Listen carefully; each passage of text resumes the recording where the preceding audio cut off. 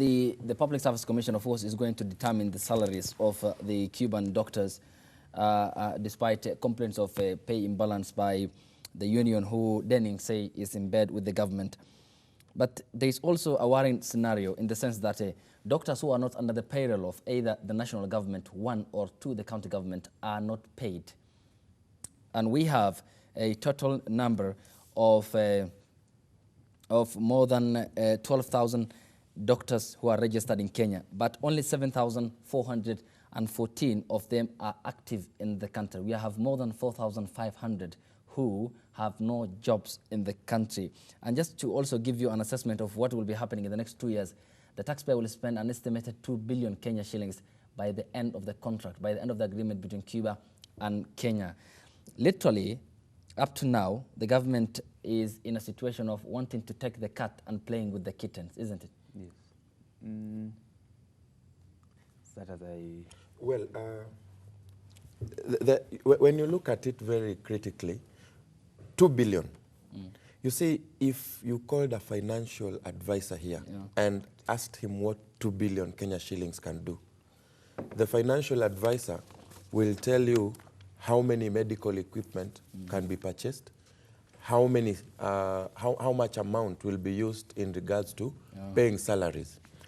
If we could use such amount of money to first attain the necessary equipment, the necessary infrastructure that we need, and then get a few doctors, pay for them flight tickets and accommodation in Cuba, to ensure that they get this training for a short while, and then come back and disseminate the same training that they have received to Kenyan doctors. Let's say you even take lecturers who teach medicine. Take such people. When they come back, they will impart the same knowledge in the students. When these students become doctors, of course, they have the required training as if they had been trained in Cuba. So as at now, there is a game that is going on. And of course, as we are used to Kenya, it's a game of money, you know? Money revolving and money being siphoned in one way or another.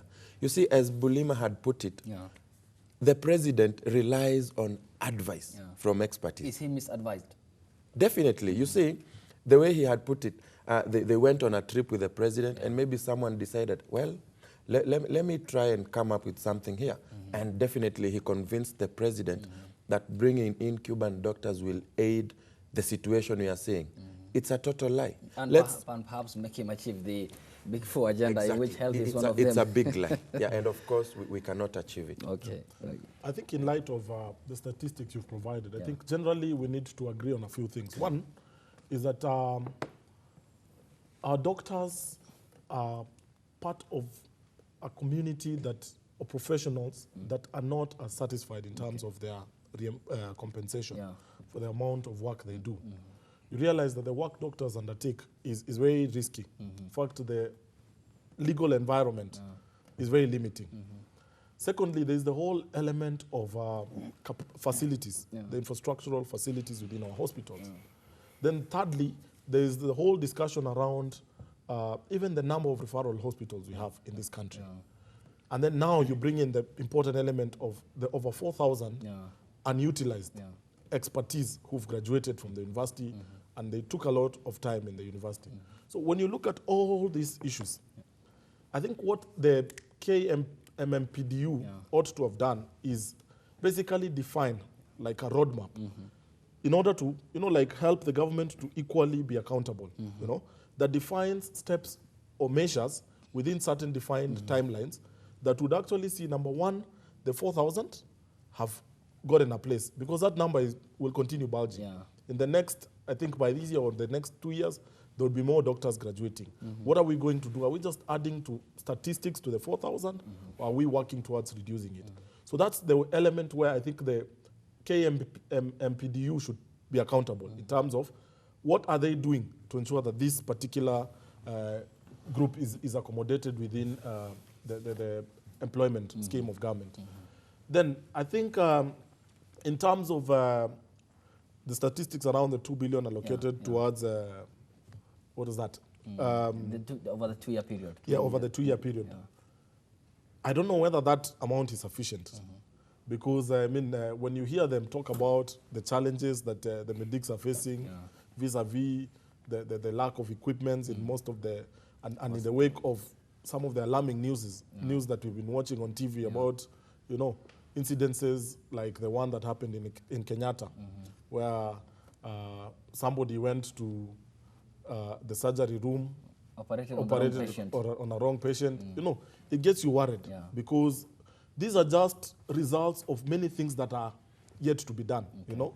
So I think what we need as a country is to shift from being a reactive society to being a bit more proactive, you know, by addressing challenges that might actually result into some of those incidences that we've been facing. You know, incidences that you can't even explain.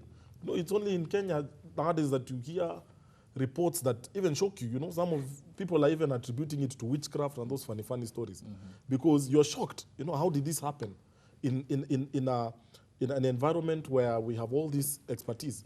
So essentially, we need to relook at the entire system, medical system in our country, with the intention of addressing proactively some of the challenges that we are facing today. We have a lot of money going down to the grassroots, you know, with the new system. We need to know how our counties making use of these resources to ensure that they equip their hospitals. You know, it's only every other election cycle that you have governors, you know, giving very ambitious manifestos about what they're going to do in terms of healthcare. But when it comes to reality, 5 years down the line, you still discuss the same challenges. Is the government dishonest in terms of signing this deal with the government of Cuba, bringing in specialists? Is it a case of the government taking the cat and playing with the kittens? One, I will say that the government is not honest, because in Kenya, we already have the doctors, as I said. So the issue of government signing the agreement with Cuba, that is another mega scandal in the country. That is a corruption. How is it a scandal? Because it's formal. It's an agreement between two governments. My brother, if you can do your statistic very well, 2 billion, you can employ 2,000 doctors in this country. How is 2 billion going to an agreement outside the country for 100 people? So it means everyone is receiving 100 million every month, one doctor, if you do a good statistic, or 50 million. So it means the government, here in Kenya, the government is paying doctor maybe 150,000. So if you do a statistic very well, it means the government can be able to rescue employment for the 2,000 doctors in this country. There were reports.